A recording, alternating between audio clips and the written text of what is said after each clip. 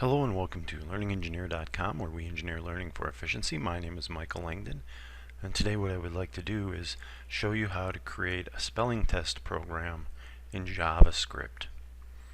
And what I'm going to do is this is going to have to be a multi-part video because I don't like to make one long video. I like to break it up. So in this first part, we're going to look at the program, talk about the JavaScript libraries you're going to need, and then move on from there. So in this first one, I've taken you to practiceengineer.com, and from there what we want to do is just click right here on Spelling Tester. The word is cognitive. In a sentence, your mental abilities are called your cognitive abilities. Cognitive.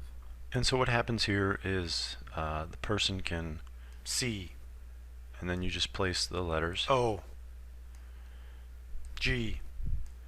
Now if I get one wrong, you'll see what happens. And then you'll see it automatically deducts 10 points. So it does score, and there are 99 words involved. And I'll just finish this out and you'll see S, I.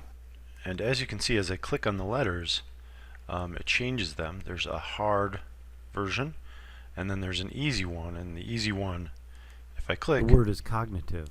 In a sentence, your mental abilities are called your cognitive abilities. Cognitive.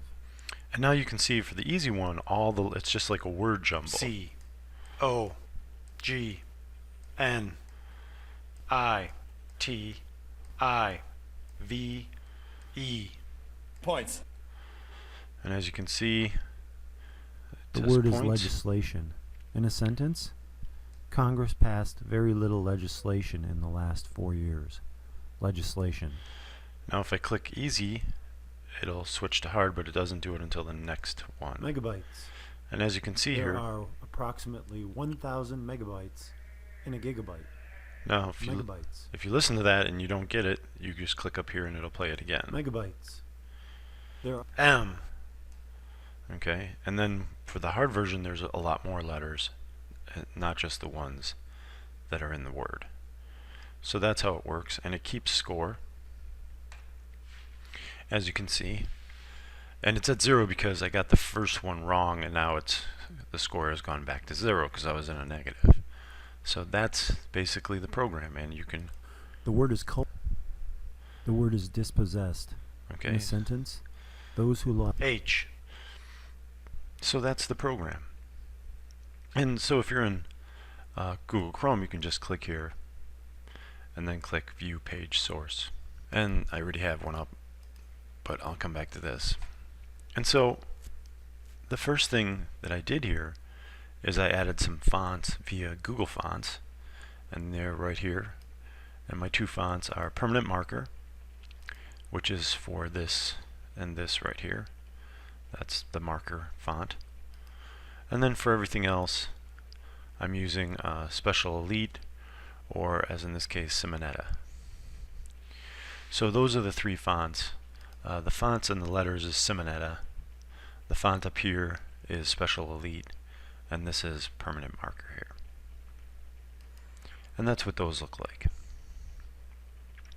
I have my style sheet, and we're going to go over that probably in the third video.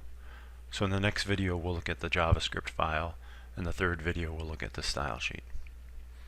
And then we have jQuery.js, and if you want to see what these look like, you can just click on them, and you can literally just copy them if you wanted to. And then I have one called Buzz, and Buzz comes from this website. Okay. And so this is basically what I'm using for the audio part. And if you do use it, remember you should pay for it. I paid for it. So I paid him for that use of Buzz. And then you need the UI jQuery.js. This is the sentence builder JavaScript, which we'll be looking at in the next video. And then you need TouchPunch.js. Now what TouchPunch does is it makes sure that you can use this on mobile devices. So this will work on a phone or any mobile device. I've used it on multiple mobile devices and it works great.